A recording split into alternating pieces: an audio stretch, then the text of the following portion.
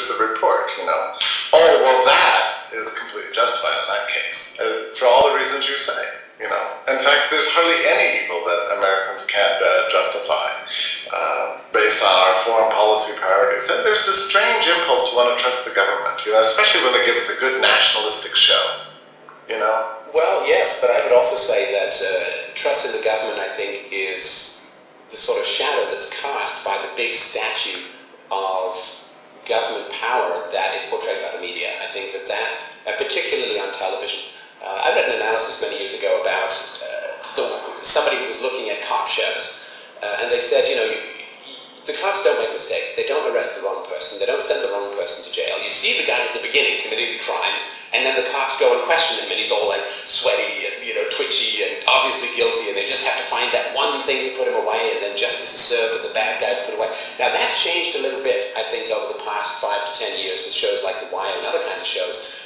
where the cops are portrayed as, eeny, meeny, miny, mo, went to a criminal, decided to go to the criminal with the blue suit on instead. And so I think there's some change, but the amount of propaganda that people absorb about, the noble, the heroes, the firefighters, the cops, the thin blue line, the dedicated guys who have sacrificed apparently every single marriage. All cops have to be, drunk and divorced and all that kind of stuff. They sacrifice their personal lives just to keep us safe because they're that noble and heroic.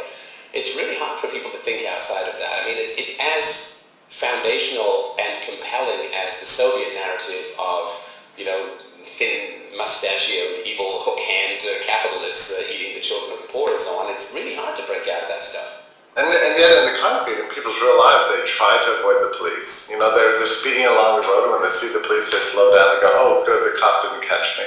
Oh, yeah. I always look at, you see some cop along the road who's pulled someone over.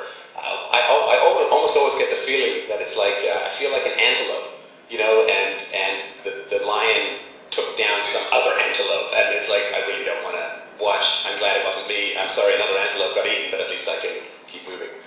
It's funny, yeah. And people are very resentful when they get a ticket. They think, I don't know why this guy isn't going out catching real criminals. Why is he bothering me? Well, I'm sorry, this is their job. My son goes to school with one of his teachers is the wife of a cop, and she's bragging to all the kids. Wow, my husband yesterday arrested, 10, 15 drunk drivers. It was just fantastic. It exceeded the quota. It's just so great. And, he'll ask, were they actually in any danger? Because the levels are very low here. Oh, well, the point is to catch people. It's not to actually, to make the place more safe. That's not the goal at all. The goal is to just kind of catch people in the web. That's just like the business of being a policeman. It's just to harass people all the time. And that's the main business of a policeman most of the time. They consider themselves very valuable. Anytime they go into the scene of a crime, they're always protecting themselves, first. That's the most important goal. And similarly, when a cop dies, there's got to be wailing and gnashing of teeth, and everybody's got to act like some national treasure has gone, passed from among us, whereas the rest of us, we die all the time, and it never makes headlines, So it's very strange the way the state insists that we value the state all the time, and we constantly keep in mind how valuable the state is. And don't you think about that? That's what this been a lot of things all about, a chance to remind us of just how valuable they are. That without them, my God, there would be terrible terrorists running all over the world. Hey, yeah, the hounds of the Baskerville for his blood, for his head to be on a stake.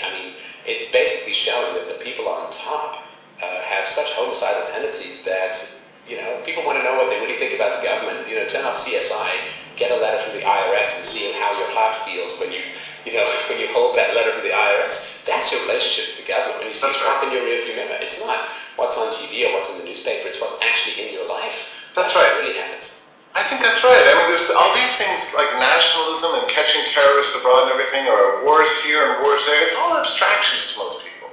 And their opinions on it are unrelated to anything that they experience, really, in their daily lives.